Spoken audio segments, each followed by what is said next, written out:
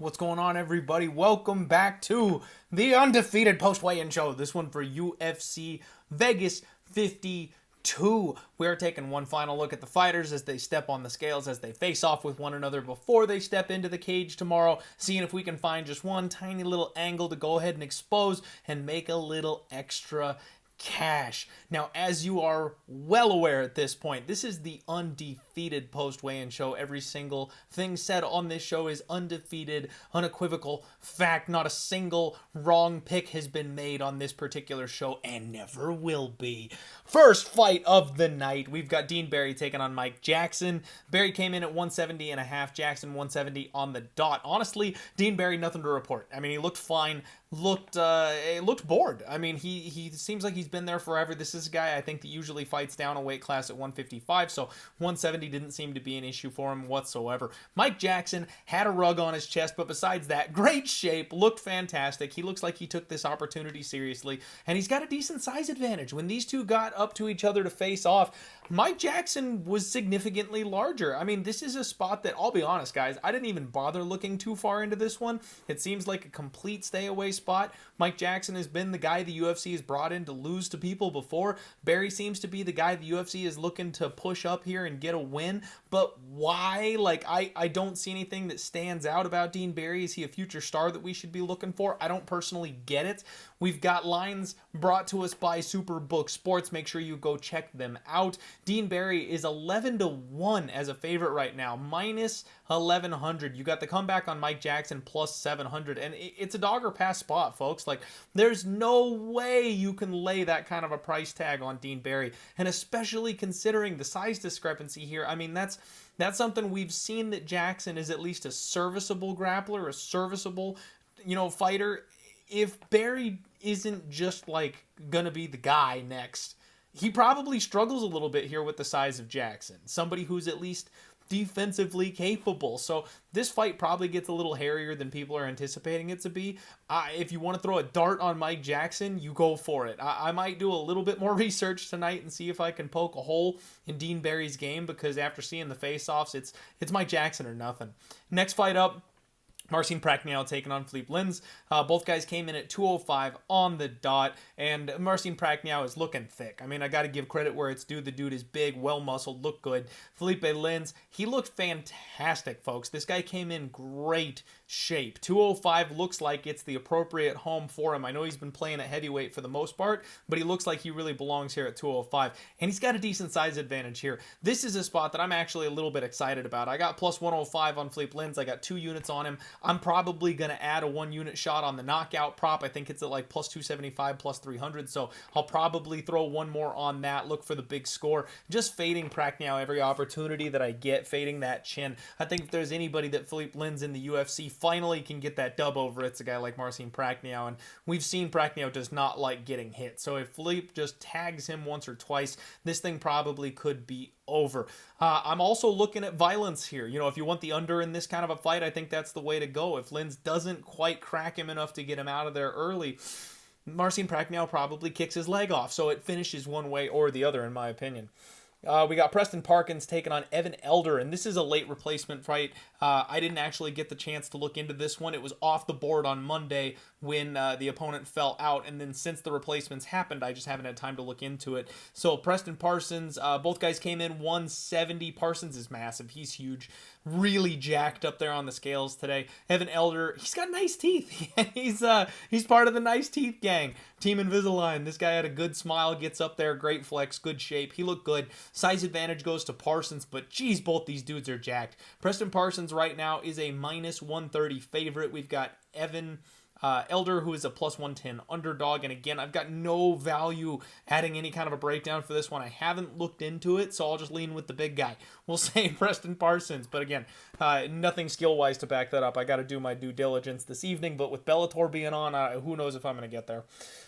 We've got Ori Quilang taking on Cameron Else here.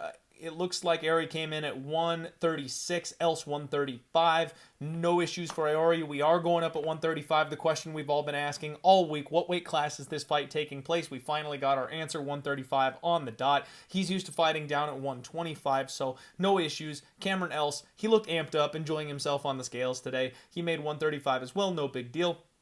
Now, when they face off, I'm a little surprised because I expected Else to be the much larger fighter. Now, he is thicker, he is well-muscled, however, he is not the bigger fighter. Aori actually still has a decent height advantage on him, so that's something that I was not expecting. I thought that was going to go the way of Else. He always talks about being the bully, being a big guy, that kind of thing, and it does not look like it's panning out that way.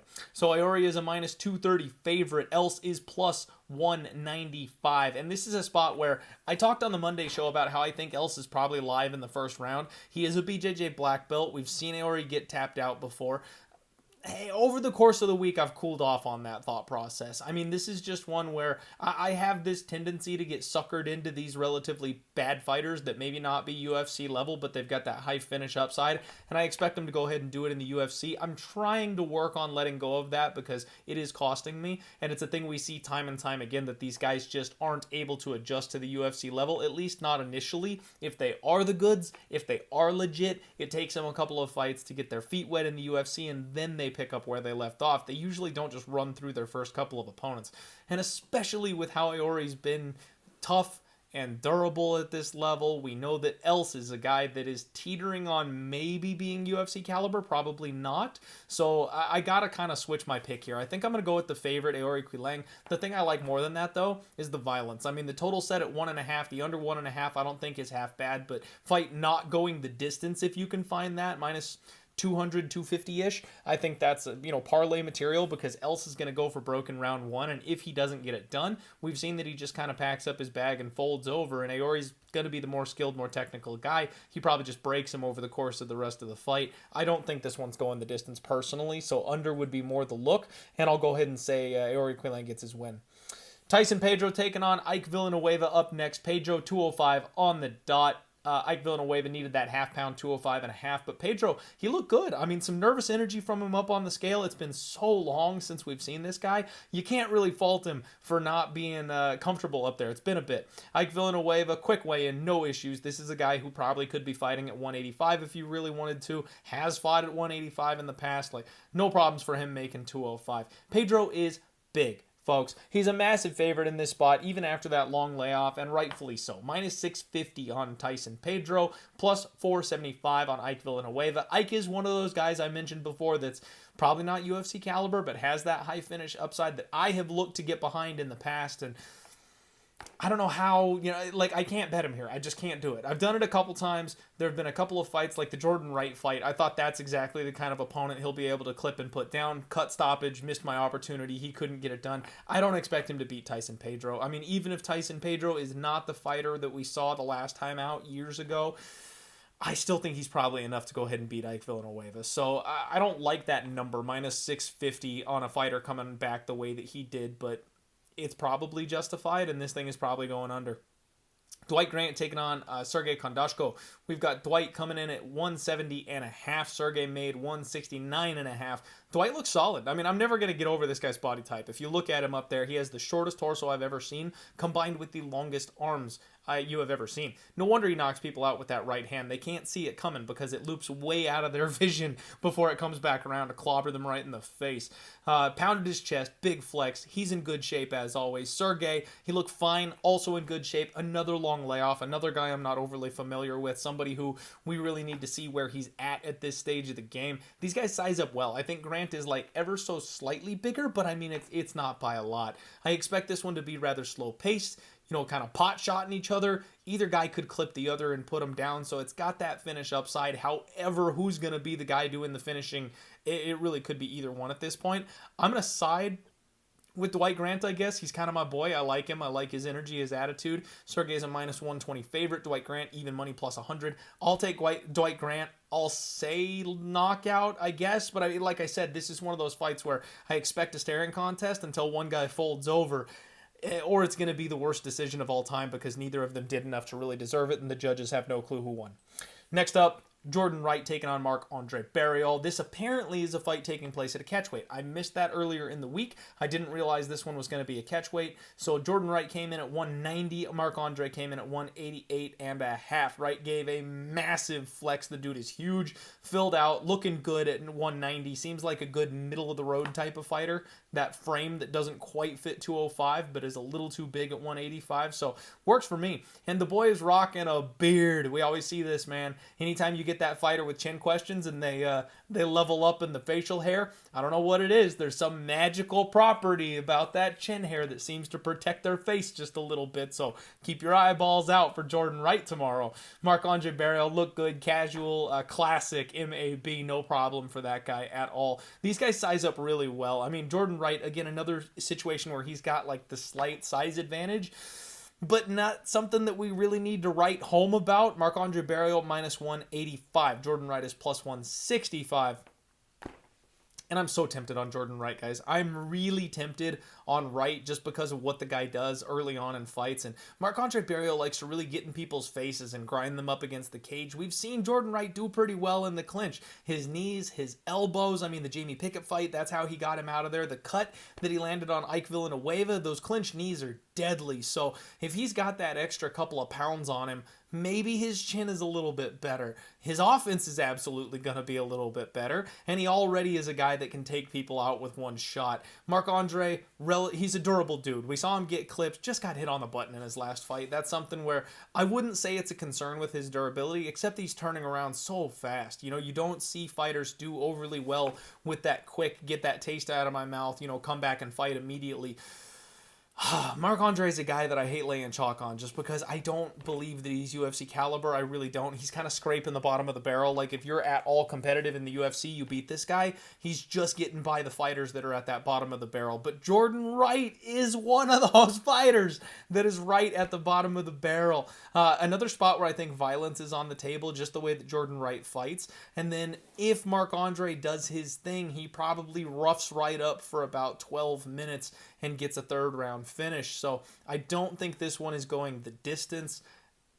If we end up in the clinch a lot, though, I mean, I could see Marc-Andre just doing his grinding thing, Wright trying to land some knees in tight, but neither one really being able to get off on the damage. This could be a risk-adverse fight from two guys that have both gotten knocked out very recently, and that kind of terrifies me a little bit. So I think I said the under on the total takedown for the 1.5. I'm kind of thinking over on the 1.5 maybe a little bit now, but I also think fight doesn't go the distance. So, like, it's one of those things where I'm expecting kind of maybe a round 2, round 3 type of finish, unless Jourdain Wright does what he does and gets him out of there early, which he always does that. That absolutely could happen. I'm very tempted to take the dog here, but again, trying to be disciplined, trying to make good bets. Not sure I want Jourdain Wright in this particular spot. I kind of do, though. Charles Jourdain taking on Lando Vannata coming up next. Jourdain made 145.5. Lando Vannata 146. Jourdain, big smile up there, gave a solid flex. He's looking good, no issues. Now, Lando Vannata, on the other hand, made 146, and he looked rough. Like, if there's a post-weigh-in show read today, it's how bad Lando Vannata looked on the scales. His cheekbones were popping out like crazy, and he didn't think he was going to make weight. When they called off weight, he pounded his chest, and he roared like this guy did not believe he was making 146 when he stepped on that scale. I'm a little concerned about how rough he looks, but I mean, I think he's okay. It's not one of those ones that we really need to dig super deep into. I'm not going to load up on Charles Jourdain just because Lando Vannata looked a little bit sketchy on the scales today. Now, something we need to keep in mind, especially for this post-weigh-in show, is that recently, especially in the Apex, especially with the UFC PI, the guys that have been missing weight badly have not been performing as badly. I mean, Drakkar Klose last week is a perfect example of a guy that I've never seen look worse than that and then perform that well the next day. Like, they are doing some magic over there at the UFC PI, getting these fighters rehydrated, that it's something we on the post-weigh-in show need to dial in our expectations, because looking a little rough on the scale doesn't necessarily mean that you're going to lose the fight. We had a whole lot of success with that, right? When we first started doing this show, we were able to pick off people left and right that had bad weight cuts, and it seems like the science is starting to catch up. They're starting to figure it out. So we need to be a little bit more selective with our spots. However, a bad weight cut is something that I do think can at least give you a little confidence in a play. You know what I mean? If you were already looking at betting on Charles Jourdain for this fight, His opponent looked rough on the scales today. That's just, it's a little bit salt sprinkle on the top of it that you're like, that's what I needed. For me personally, I think this fight's going to be an absolute war. I think it's going to go back and forth. I think it's going to be a close, tight decision.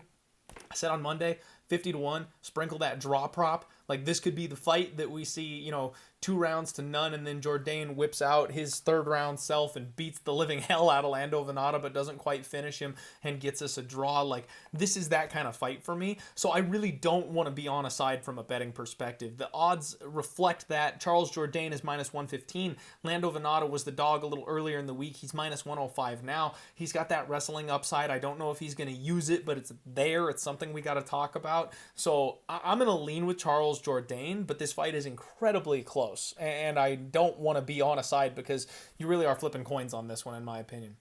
Alexander Romanov taking on Chase Sherman coming up here. Romanov made 240.5, which, let's just talk about that for a second. Like, this is the big boy who is tipping the top of the scales and comes in 240, and he looked good on the scales today. Like, he's still big old flabby boy, but definitely is in shape for this one. Took this fight a lot more seriously, maybe taking his training and off season a lot more seriously in general, because he looked improved. Chase Sherman got his UFC roster spot back just for one more ass whooping. Came in at 249, looked relaxed, no issues. He actually looked pretty decent himself.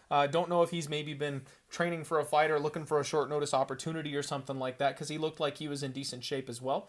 These guys size up really well. Romanov is the thicker of the two men, and this is a spot where I almost was trying to find an angle to back Chase Sherman. You've got Alexander Romanov as a 15-1 favorite, plus 850 on Chase Sherman. That line is higher out there in some places. Like, you can get over 10-1 on Chase Sherman at some like offshore sites and stuff like that. It's absolutely insane right now. Can't say I disagree, because Alexander Romanov really should wreck this guy. But again, they are the same size. Chase Sherman does have a 70% takedown defense rating. Chase Sherman is far and away the better striker of these two. It all comes down to whether or not he can keep this fight on the feet. I went back and I watched some of his previous tape, and what I noticed is Chase Sherman got taken down via catching kicks. So if he just wants to go out there and use his hands and maybe keep his hips back, Chase Sherman could make this fight interesting. The problem is Chase gets tired and slows down after about 4 minutes into the fight. So even if Chase Sherman starts off hot, even if he looks like he's going to do well in this fight, I have zero faith that he's going to be able to stop a round 2 takedown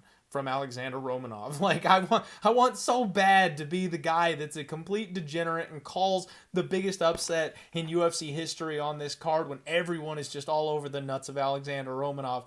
I don't think I can do it. I mean, if you want to take like a round 1 Chase Sherman prop or something, go for it. That's probably the only spot where he's live here, because I cannot for the life of me see Chase Sherman winning a 15-minute decision. Even if Alexander Romanov can't get him down in that first round, when he gets that minute break between rounds and comes out with one big push for a takedown, he'll probably get it in that second round, because Chase Sherman is just gassed to all hell in round 2. Every single time we see him, he is absolutely at the end of his rope. So I think Romanov probably gets it done. Probably gets it done by submission. Chase Sherman's a guy that gives up his back. He's been tapped out in a couple of fights before, so I don't know that he's going to just lay on his back and let Romanov, King Kong pound his face. I'm going to go ahead and say Romanov by sub. And I might even say round 2. Romanov round 2 sub, I think, is going to be the official prediction. Macy Barber taking on Montana De La Rosa. Both women made 125.5. Macy Barber looked a bit sucked out in the face. Nothing overly concerning, though. She's a big, thick girl. She does good getting down here to 125. Montana De La Rosa, no issues, no worries. They got a picture of her, and she did the resting bitch face thing where she was like, weigh-in day. Montana smiles, she goes. And then it was pretty perfect. There was like, just for that one candid moment, she looked perfect, gorgeous, and then it was back to definitely just got off the scale at UFC weigh-ins. De La Rosa's slight size advantage for this one, or height advantage. We know that Macy Barber's an absolute tank, and this is another spot where I've been bouncing back and forth all week. Like, I recognize there's probably some value on Montana De La Rosa, but at the same time, we keep expecting that Macy Barber, with the right camp, the right coaches, is gonna turn that corner. She's an elite athlete. She's gonna put it together eventually. She's got a striking advantage over Montana De La Rosa, but minus 180. I don't know if I can lay minus 180 on Maycee Barber. I'm picking her. I'm going to say she wins this fight. I think there is some maybe finishing upside for both women, and I think there's some TKO opportunity for Maycee Barber, just the way that Montana De La Rosa doesn't react well to getting hit. But man, it's real tough for me, especially like everybody else. You know, we're all picking Maycee Barber, except for the couple of psychos that are on Montana De La Rosa, who I respect, by the way. But it's hard to pay minus 180 for her. You know what I mean? Like, I just don't... Even if she gets the TKO, like, unless it's a first round flying knee or some shit, like, I just don't know that she's going to look minus 180. So I don't know. We'll see. Maycee Barber is the pick. Treading very lightly on this card, folks, because last week was a shit show. I would have got some of them right last week had I pulled all those triggers. This week, a lot less confident, and especially because last week I would have gotten a lot of those spots that I didn't pull the trigger on. I don't want to go wild this week and have the night where I miss on everything because I was good last week. I was good the week before. Clay Guida taking on Claudio Puelles. Guida came in at 154, looking jacked as ever, sticking his tongue out, having fun. Love Clay Guida. How could you not? Claudio Puelles came in 155.5, looking stoic up there on the scales. Lots of blinking. That's something that I noticed. It seems to... coincide with dehydration, that some of these fighters have sensitivity to light, so it gave me just a little bit of a red flag here for Claudio Puelles. He seemed a little hesitant and confused, like even when he was getting off the scale and talking to the guy that was weighing him in. I don't know if maybe there was a bit of a language barrier or something, but like, I mean, he just did not seem all the way there today on the scales to me. Not something I'm, again, gonna just, you know, blindly fade or anything like that, because I'm sure he'll hydrate up and be just fine, but a little bit odd, I guess. Claudio is way taller. Claudio Puelles is way taller than Clay Guida. Guida was barefoot, mind you, like something to keep in mind. He was barefoot, so he's going to be a little bit bigger than he looked at the face-offs today, but the height and reach advantage is definitely a thing. It's definitely a concern. I am on Guida. I got minus 115. This line has been ping-ponging back and forth all week. Guida plus 100 hit a little earlier in the week, and I was tempted to put a little extra on it, but because of the size disadvantage, because of the age, because of the submissions, like all the red flags, all the things people are betting Claudio for, I was like 2.3 units to win two on Clay Guida is enough. Like, that's enough. I don't need to have more than that on it just because this one could end up being close. I expect Clay Guida to come out here and wrestle. I think that's going to be the game plan. Even on the feet, I think, you know, his awkward movement, I think it's going to cause some problems with Puelles being able to time him. Now, we know Claudio can get those subs from pretty much anywhere. Clay Guida has been tapped several times. This fight is going to end up on the ground. So as much as I think Clay Guida is being a little shortchanged here, the better gas tank, I think, is going to be the thing that really makes the difference. There is that chance for Puelles to pull the upset. So it's not like a home run spot or anything like that, but I think Clay can get it done. Clay by decision, Clay by grind. Main event time, Amanda Lemos taking on Jessica Andrade. Lemos made 115 on the dot. Andrade made 115.5. Now, Lemos, always one of these fighters that just looks so sucked out in the face. She's tall, she's big for this weight class, so it makes sense. She was praying up there on the scale. Once that weight got called, everything changed. Big, solid flex. She looked good to go. Jessica Andrade, back at her home at 115. No issues from her whatsoever. Big, happy flex from Andrade. You love to see it. Height advantage goes to Lemos. Another thing that we knew coming in, right? Lemos is going to have a height and reach advantage here in this spot. This is such an interesting fight to me. We got Jessica Andrade minus 210 as the favorite in this spot. Amanda Lemos is plus 180. And I think that this is another spot where we can just kind of look towards violence, man. I think Amanda Lemos absolutely has what it takes to knock Andrade out. Andrade has been knocked out several times before. I think it's on the table. But over the course of a 5-round fight, you gotta favor the volume and the power and the ridiculous, forward pressure of someone like Jessica Andrade. I have a hard time picking against her. Like, I'm gonna say Lemos. I'm gonna pick Lemos. I don't know if I'm going to bet her or not. I might. I'm close, and I think Lemos by knockout is kind of on the table, but I also think that Jessica Andrade can just be the more experienced fighter here and kind of bully her around the cage, grapple her up, tire her out, and then hurt her. The quick strike ability of Lemos, like if she hits Andrade with the type of kick that she hit Angela Hill with, I think it's over. Like, I don't give Andrade being as durable as Angela Hill. I don't think anybody in the UFC is as durable as Angela Hill, if I'm being honest. So, like, I think Lemos by knockout is absolutely on the table here. If she doesn't get it done, though, I think it could go the other way in a hurry. So, another violent spot. Honestly, if you've made it this far in this show, 24 minutes deep, what I might be doing is a degenerate round robin doesn't go the distance. Like, that's kind of what I'm looking at for this card, because there's some really sketchy spots. I've got 2 bets so far. I like those 2 spots. The other spots that I'm looking at, even the favorites I want to take, I'm just not super confident in. But what I am confident in is that people are going to sleep on this card. I think there might be a couple spots where we can parlay some of these minus 200, minus 225, doesn't go the distance spots, and just get even money, 2-leg parlays, root for violence all night. Let's do some shots and have a good time. That seems like the way to go for this kind of a card to me.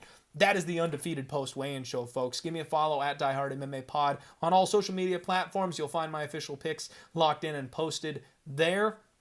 Check out Superbook Sports. Thank you for sponsoring the show. Subscribe to Pub Sports Radio. Thank you for hosting the Die Hard MMA podcast. Good luck, everybody. Back-to-back Bellator cards and a UFC card. We got some action this weekend. Let's roll.